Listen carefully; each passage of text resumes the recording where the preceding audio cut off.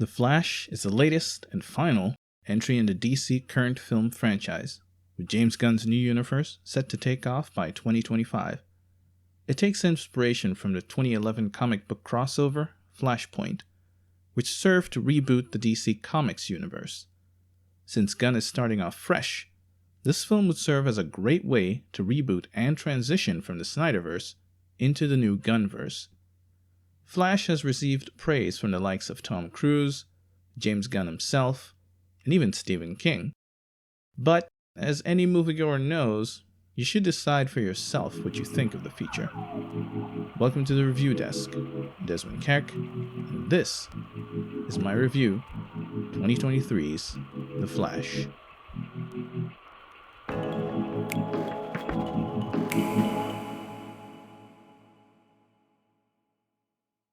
The good. First, let's talk about lead actor Ezra Miller. He's made quite a bad reputation for himself with his absolutely unacceptable behavior. Did you want to fight? But there's an argument to be made for separating the art from the artist. So in this review, I won't focus on his actions in his personal life, just on his performance. And his performance is great. I've always said that Miller was a poor choice for Barry, as was his socially awkward persona in Justice League.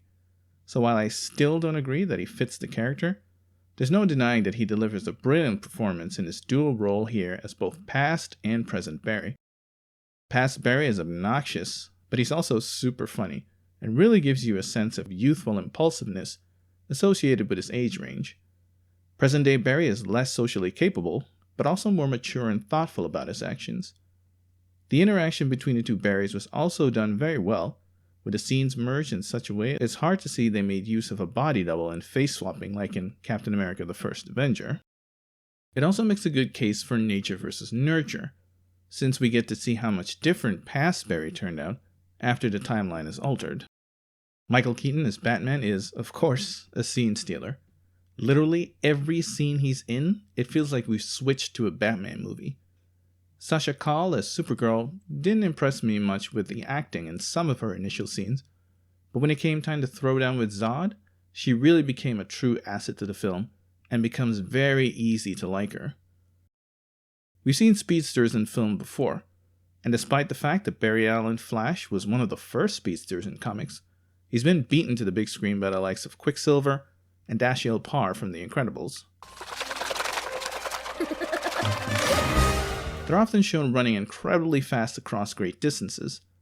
Flash elects to show the main character running at a somewhat regular pace, while covering great distances in doing so.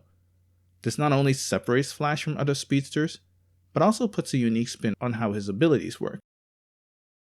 A lot of times when Flash is in costume and in action, the film utilizes a fisheye lens effect.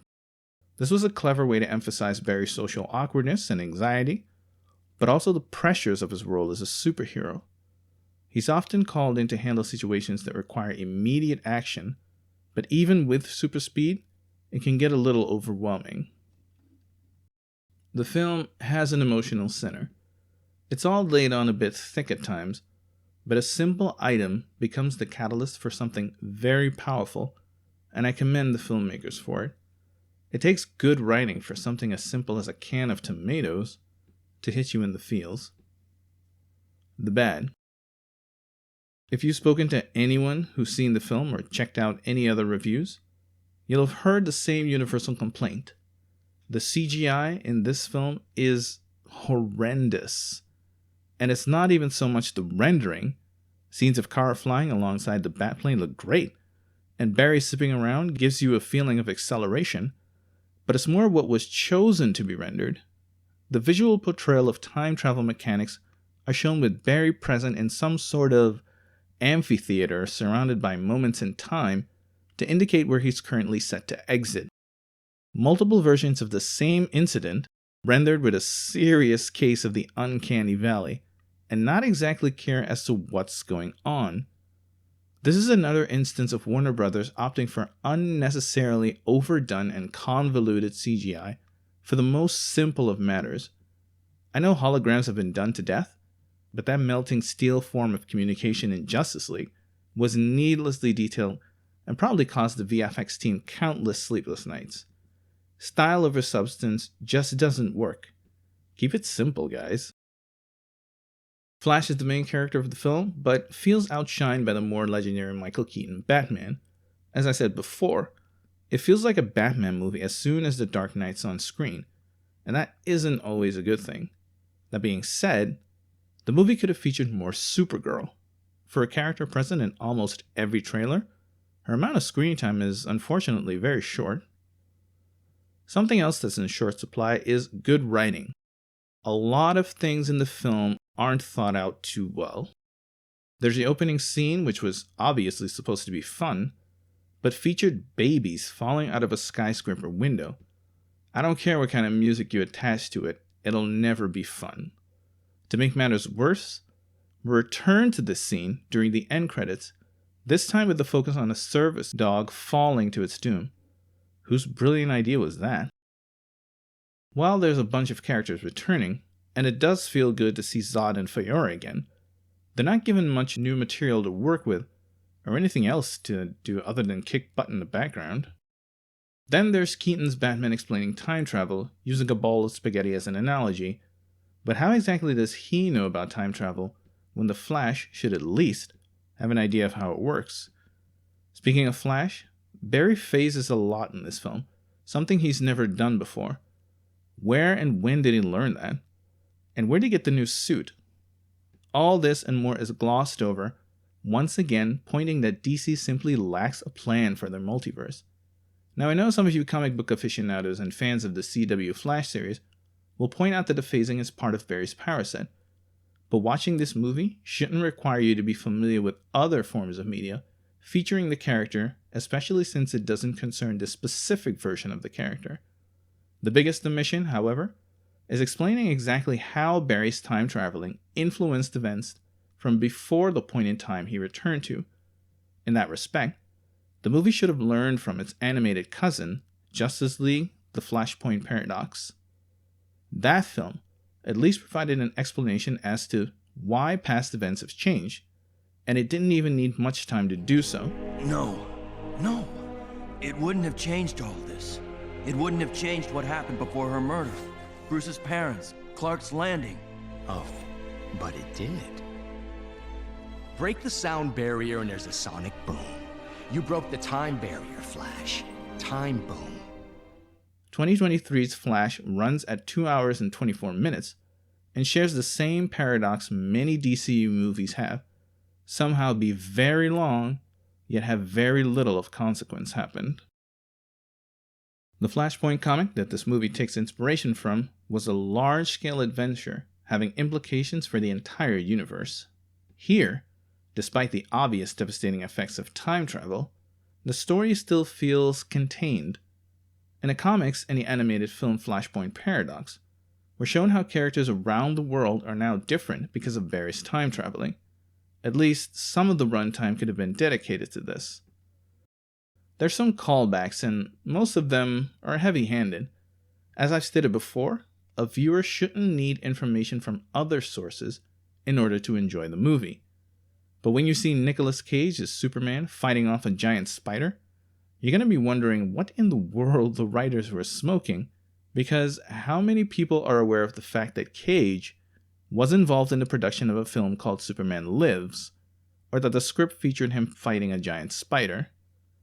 The third act pretty much sums up another problem of the DCU. So much potential, very poor execution.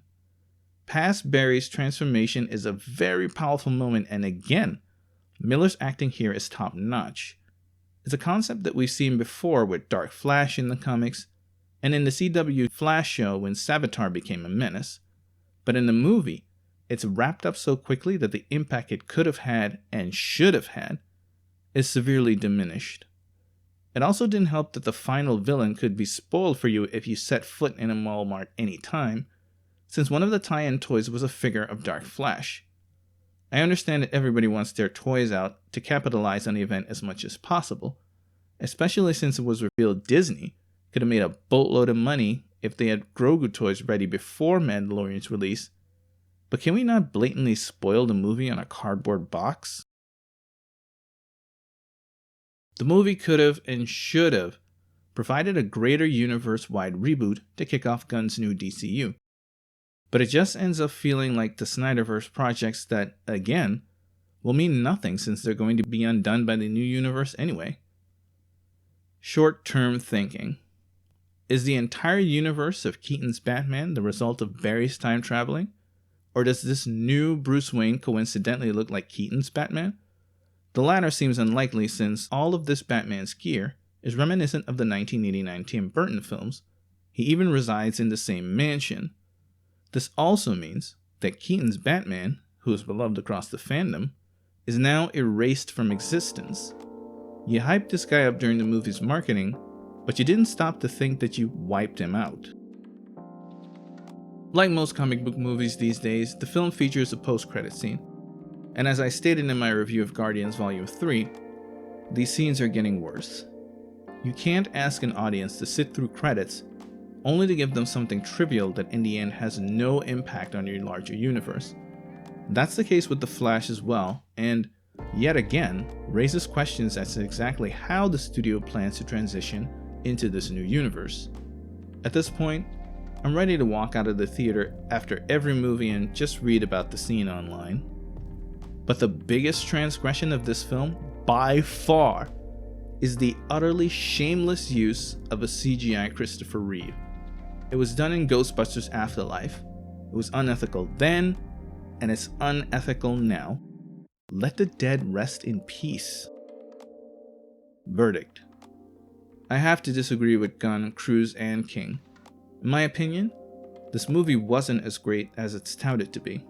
It fails to make use of its greatest asset, Flash dealing with the repercussions of meddling with time, and instead spends much of its runtime on action sequences that are immediately rendered pointless. I'm going to award The Flash 3 lightning bolts. I had high hopes for this one, I really did. But the movie ended up being a lot like its star Ezra Miller. Erratic, out of touch, has some good things going for it, but instead of just being a bit rough around the edges, there's only a bit of good deep in the center. So what do you think? Have you seen the movie? Did you like it? Did you think it was a mess? Let me know in the comments below.